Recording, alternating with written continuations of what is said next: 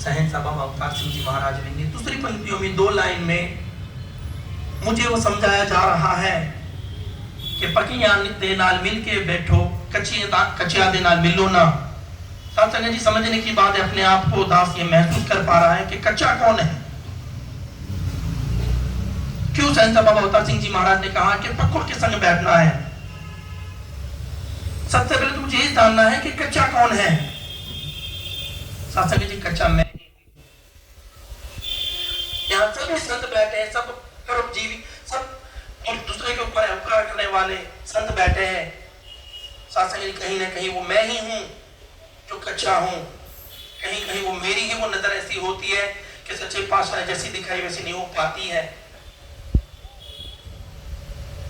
साथ संगत दूसरे लाइन में कहा गया है कि लोकी लख बुले के पावण अपनी ठात हिलो ना। साथ संगत दुनिया में रहते हैं, माया भी है, संसार भी है।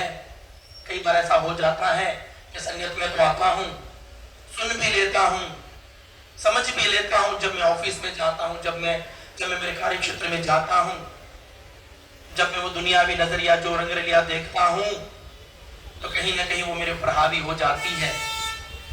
फिर वो दूसरे तीसरे लोगों का जो कहा होता है वो मैं मानने लगता हूं।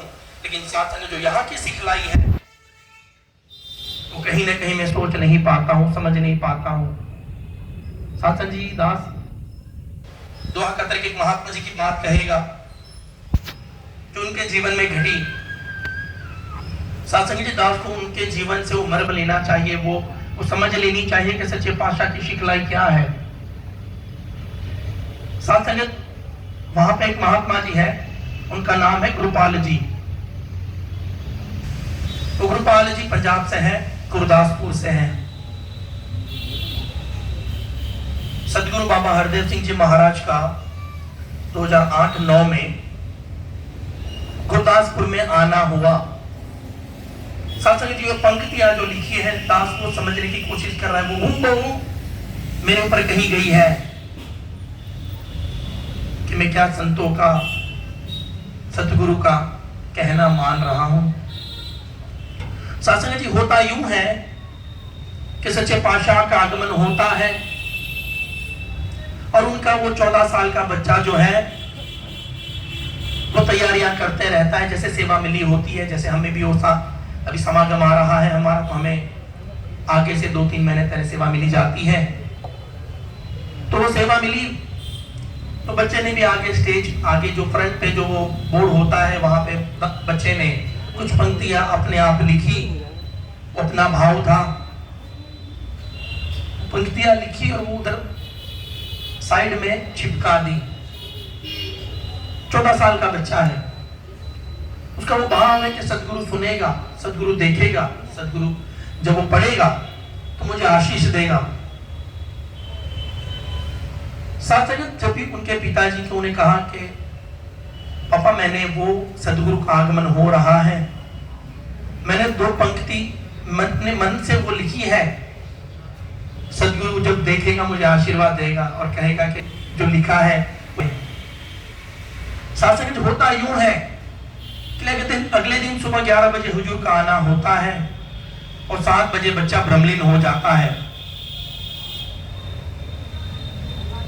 फर्ज करो संतो जब घर में खुशहाली का जो माहौल है, सच्चे पातशाह आने की जो खुशी है, और अचानक से ये पता चले कि 14 साल का बच्चा 7 बजे भ्रमलीन हो गया है सुबह, तो माँ बाप के क्या गुजरी होगी, माँ बाप क्या सोचते होंगे। सभी को वो सेवा मिली जाती है जब जैसे सदगुरु का आगमन होता है, सच्चे पातशाह का आगमन होता है, तो सिर्फ ही वो संत वो कार्य क्षेत्र में लग जाते हैं, अनेक सेवाएं लगी होती है। तो साथ संगत उनके माँ बाप ने देखा, वो महापुरुषों ने देखा कि बच्चा भ्रमलीन हो गया है। आजू बाजू वाले लोगों ने भी कहा है कि अभी तैयारी करो, जो भी रोना है धोना है वो तो होगा, लेकिन जो बच्चा भ्रमलीन हो गया है तो उसके अंतिम संस्कार की तैयारियां करो। साथ संगत उस समय वो माता पिता का क्या भाव रहेगा।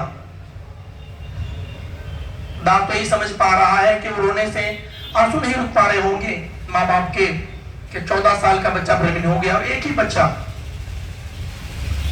साथ संगत जी आगे से वो गुरुपाल जी फरमाते हैं कि अभी साढ़े 8-9 बज गए हैं, ये तो अपना जीवन जी के गया है, इसने तो अपना कर्म कर लिया, सदगुरु को जो खुश करना था वो तो कर लिया, मेरे जीवन का क्या? मेरी जो सांसें बची है मैं वो सदगुरु के रहमतों पर कब न्यौछावर करूं?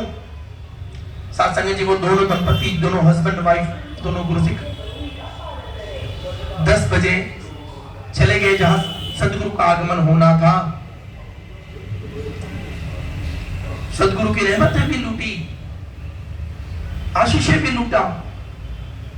जब शाम को 7 बजे जब जो मिनी समागम कह सकते हैं हम, सदगुरु का आना होता है तो समागम ही होता है।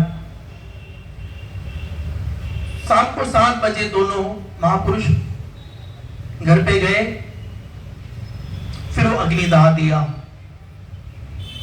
साथ संगत जी जो 2 लाइनें लिखी गई है सच्चे पातशाह ने, वो कहीं ना कहीं वो मेरे लिए लिखी गई है कि पक्कियां दे नाल मिलके बैठो, कच्चियां दे नाल मिलो ना, लोकी लाख भुले कन पावे, अपनी थां ते हिलो ना। साथ संगत जी ये दंपति, ये महापुरुषों ने कर दिखाया। उन्होंने वो जीवन जी पाया, उन्होंने वो जीवन जिया। साथ संगत जब मेरे ऊपर बात आती है कि जो ये सदगुरु कह रहा है मुझे, उसे मैं मान पा रहा हूं। साथ संगत कहीं तक दास को ये लगता है ये तो बहुत बड़ी बात हो जाती है ये कर पाना, लेकिन दास का ये मानना है कि यहाँ साथ संगत अगर दास यहाँ पंक्तियों में बैठा है, यहाँ लाइन में बैठा है और साथ संगत दास का नंबर आ जाए तो दास दूर से नमस्कार कर देता है, सच्चे पातशाह कोशिश करो, दास ये सेवा नहीं निभा पाएगा। साथ संगत अचानक से मेरा नाम जब दे देते हैं महापुरुष यहाँ से, तो वो किताबें पलटने लग जाता हूं कि भी क्या कहूं क्या गाऊं। आदेश तो ये आया है कि मुझे आशीर्वाद लेने हैं।